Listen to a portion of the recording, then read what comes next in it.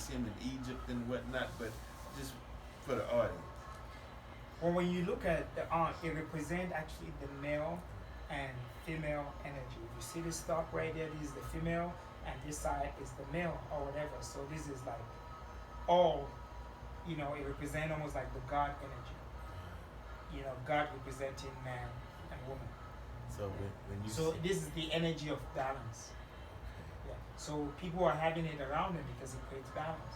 Sometimes people can use words, they can use, they can use art or whatever, and all these things carry different energies within their being. yeah, and definitely, I'm glad you brought that up.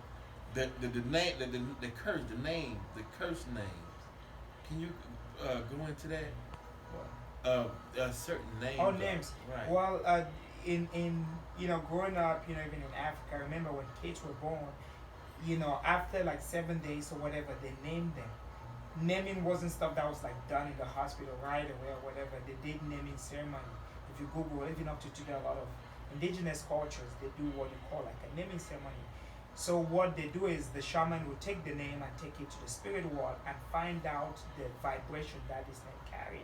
And most names, what they'll discover is that some names will actually be cursed and they'll carry very low vibration. And so if you give your child any kind of name, you are at risk that they can live up to that name. And so when you go online, you start Googling a certain kind of names, you'll notice that this kind of names, this kind of people, they're likely to be homeless. You're going to notice this kind of names, they're likely to be prostitute. You're going to notice that a certain kind of names, they're likely to be alcoholic. So this is where it was very, very vital that one did not curse that which they gave birth to. And so naming ceremony was rituals that were being done where they give a name and the shaman goes into the spirit world and measure the equilibrium of this name and see if this name, held on to a very, very strong purpose.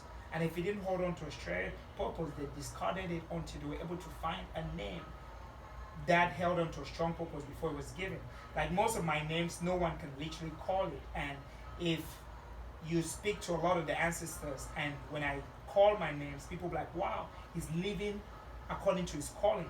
My names or whatever, very few people can literally pronounce a lot of the names that my ancestors gave me, that my grandfather gave me. And because the names hold so much power, sometimes even when you call it, you can feel chills. And so often, in ancient Africa, so sometimes someone did something and you called your name almost like 3 times or whatever. The person who did something to you, sometimes they can feel, because it's almost like if you grow up in a village where everyone has supernatural power, you're careful whom you attack because you don't know where level. And so naming ceremonies, I've been doing naming ceremonies also for the past 10 years or whatever, but I do it only to people who understand the reason. And for the past 10 years, we've been doing naming ceremonies. We've taken kids who work at McDonald's, kids who were homeless, and after going through naming ceremonies, overnight, when I say overnight, life changes. They went from being depressed, anger, trying to commit suicide after having new names, from going to owning their own businesses and literally understanding their purpose. Yes, so naming your name means a lot. And the names that I was given, they go thus: Markambo Machan, Ebolunsonzu, Mamo Lumendo, Mamo Womakakumbo Nansa Mankume.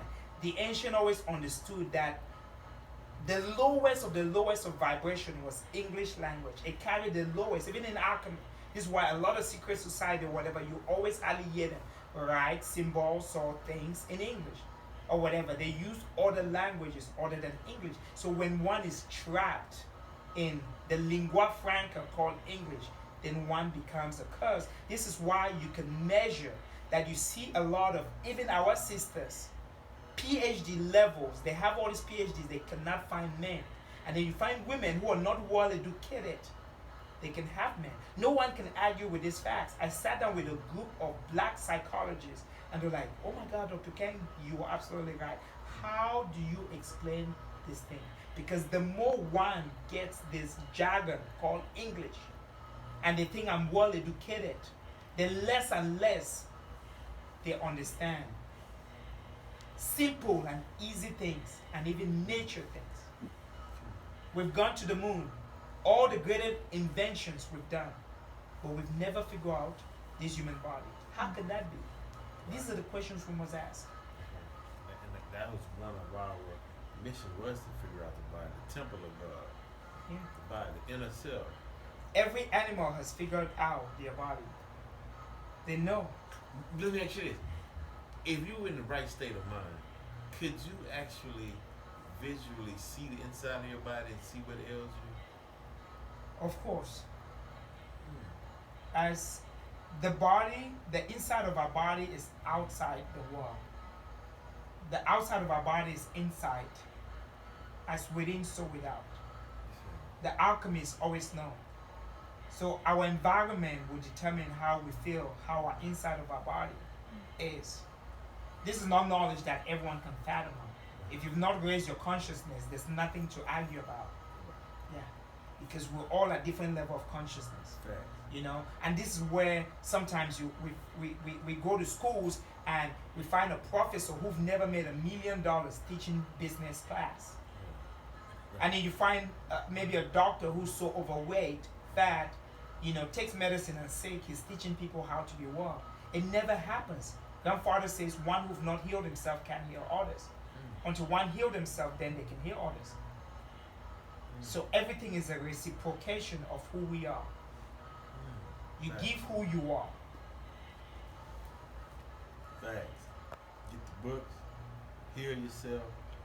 Doc, I really appreciate you. Doc. Yeah, my next book is coming out. We're doing the editing right now. It's called Born into Medicine. If you really want to understand why I do what I do, you want to read this book. Yeah. You want to read this book.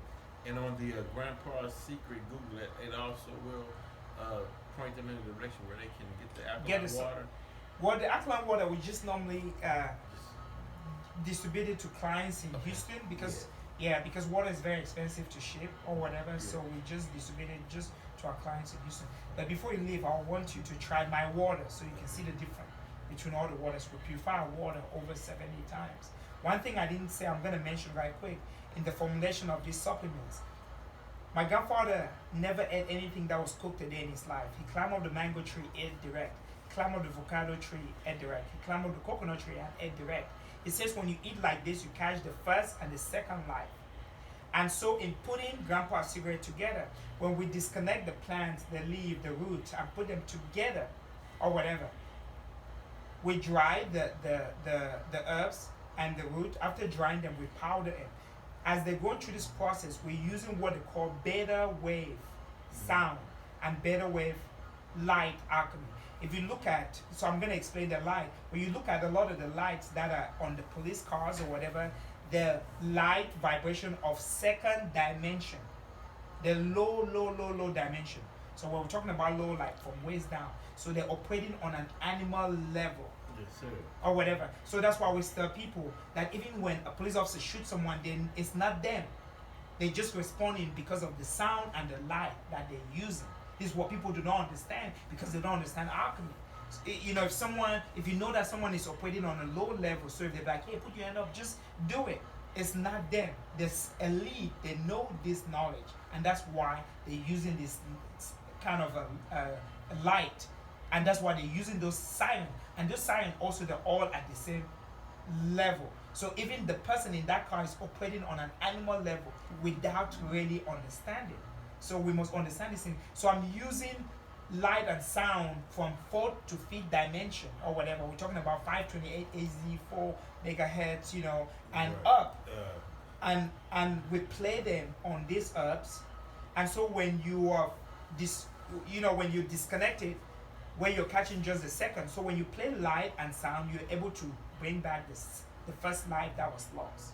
So this is how you're able to bring back the first life, because you're catching the second life, but to bring back the first life, you need to use sound and light. It's an alchemy process that a lot of it's very common, simple quantum physics. People understand quantum physics. Is that sometimes when something life, there's no life in it, that you can use some certain frequency, because everything is frequency and everything is light.